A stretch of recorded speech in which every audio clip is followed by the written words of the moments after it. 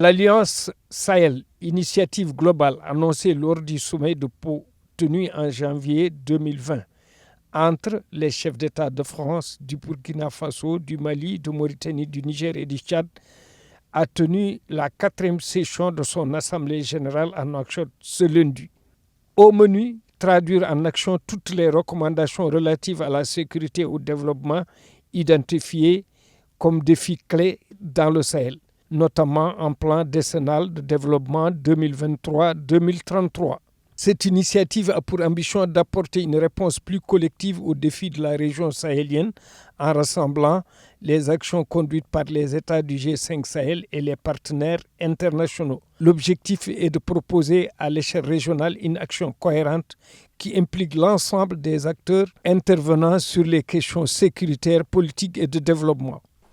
La tenue de cette 4e Assemblée générale de l'Alliance Sahel à Nouakchott vient aujourd'hui confirmer avec force l'existence réelle d'un véritable élan politique visant à revitaliser le G5 Sahel. Je tiens ici à renouveler mes remerciements à tous les pays, organisations et institutions internationales, membres ou partenaires de l'Alliance Sahel, pour leur appui qu'ils n'ont cessé, dans un cadre de redevabilité réciproque, de nous apporter dans les domaines de l'emploi des jeunes, de l'agriculture, de la sécurité alimentaire, de l'écologie et des services de base. Cependant, il est clair que pour répondre efficacement aux défis sécuritaires et de développement du Sahel, nous avons besoin d'une plus large mobilisation de la communauté internationale. Aussi, j'appelle au nom de tous les chefs d'État du G5 Sahel à davantage d'engagement de la communauté internationale et de mobilisation de ressources financières au profit du G5 Sahel.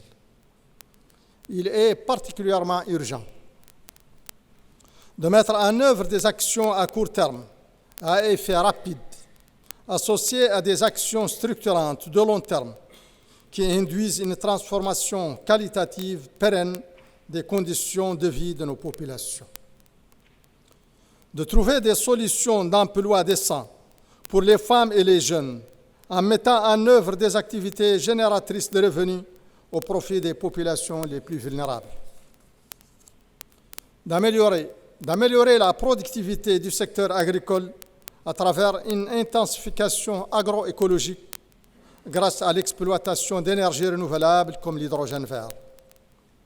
Aussi, tout en espérant que vos travaux contribuent à une plus grande mobilisation de financement au profit de la stratégie de défense et de sécurité du G5 Sahel, je leur souhaite plein succès et réussite et déclare ouverte la 4e session de l'Assemblée générale de l'Alliance Sahel.